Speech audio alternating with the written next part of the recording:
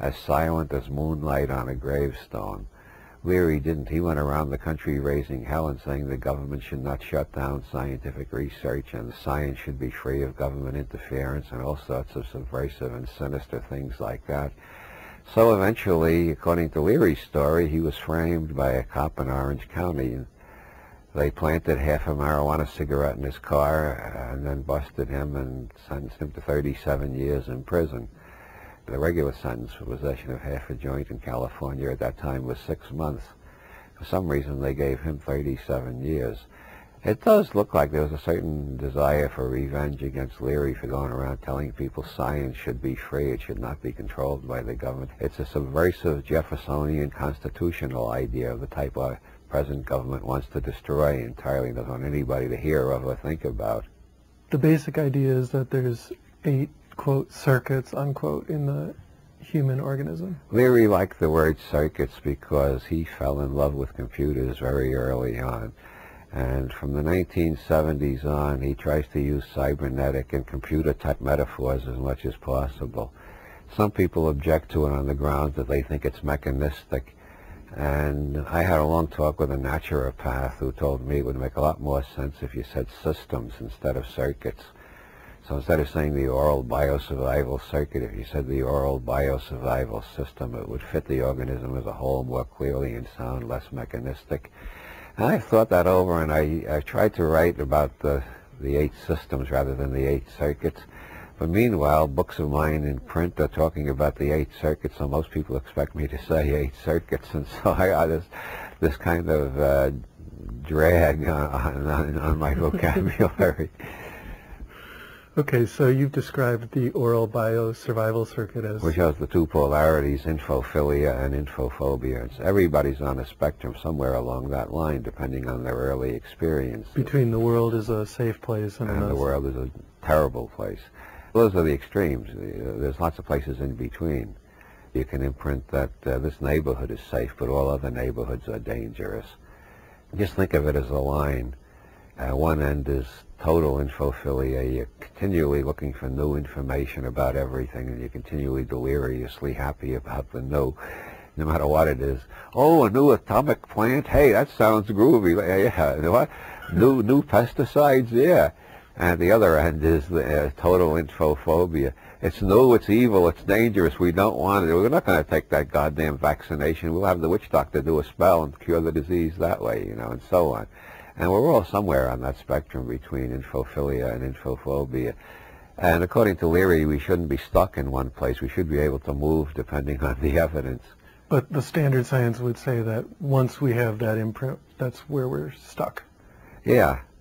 And I think that's pretty true, except I think that Leary is right. You can change the imprints, and not just with LSD. There are other ways of changing the imprints. So what's the second circuit? The second circuit is the anal territorial circuit. All mammals mark their territories by excretions. When you take your dog out for a walk, the dog pees on a dozen different places. That's not because they don't have bladder control, it's because they have exquisite bladder control. What they're doing is marking a territory. If you made a map of the neighborhood and marked the places that the dog pees, that's the territory that dog is claiming. If he sniffs another dog's urine on a part of his territory, he'll pee there extra long to reiterate his claim to that territory. All mammals do this. As Timothy said in one of his more whimsical moments, the only intelligent way to discuss politics is on all fours.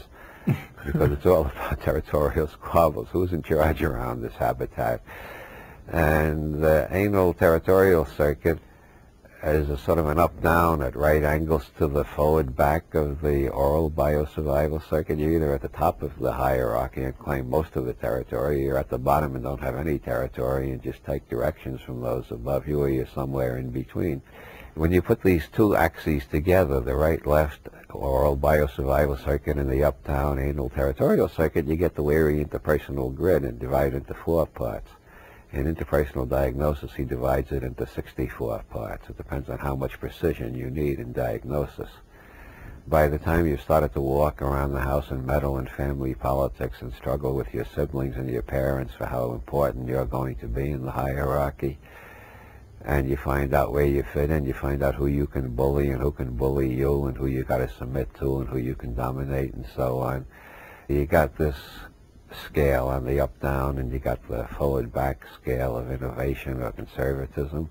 This makes 4 quadrants, which Leary calls friendly strength, which is you have a high status and an innovative personality. The quadrant below that is friendly weakness, which is you're basically willing to accept the new, but you feel very insecure, and you're always looking for somebody to give you orders and tell you what to do. That's the quadrant that Leary put himself in when he was tested by the California prison system, so they put him in minimum security. And then there's hostile strength, which is dominant but not friendly. It's dominant and somewhat sadistic, leaning toward the egotistic and the narcissistic. And that tends to be conservative. This type of power is afraid to show itself. It needs to dominate, but it's very much afraid of the people it's dominating. Then below that, you got hostile weakness. You see them in the tabloids all the time. They have "Born to Lose" tattooed on their arms, and they've been accused of crimes so atrocious you can't believe a human being could do it. Eric Berne popularized this whole system in a wonderful set of game rules. Friendly strength, the game rule is, I'm okay, you're okay.